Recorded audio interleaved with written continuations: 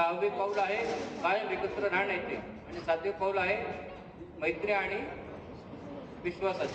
बरोबर. त्याचा पण हा दुसरा एक अर्थ असा आहे, थोडक्यात तुम्हाला सांगतो सप्तपदी म्हणजे काय.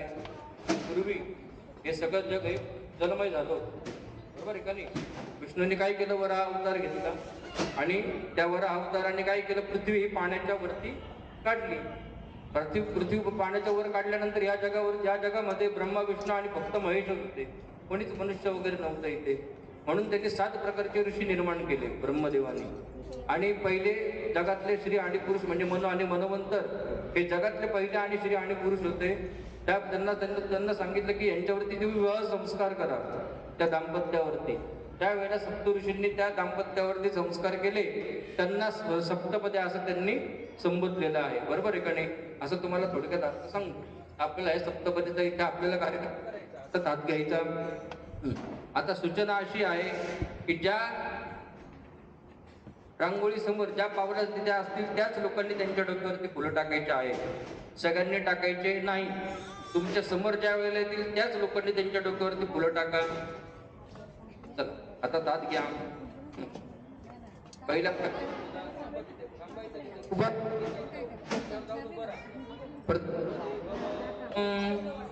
बस चला पुढे चला. ओम द्वितीयपदी भव. चला ओम तृतीयपदी भव. पुढे ओम चतुर्थपदी भव.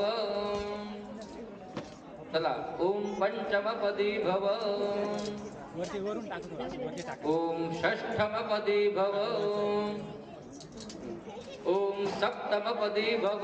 थांबायचे तिथे, थांबा, एकमेकाकडे बघा, थांबा, सगळ्यांनी टाकू नका. फुलं शिल्लक ठेवायचे, फुलं शिल्लक टाकू नका.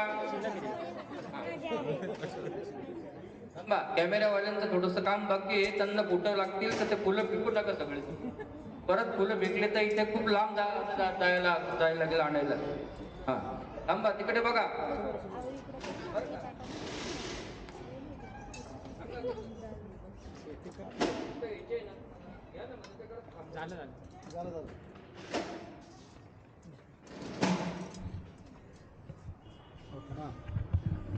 एकमेकाकडे बघा,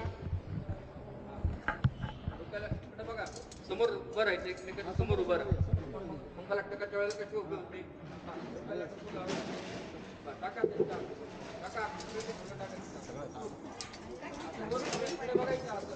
माझ्याकडे पहा, वर टाकायचं, वर वर टाकायचं, वर असं वर. हा पाऊस पडण्यासाठी पाहिजे.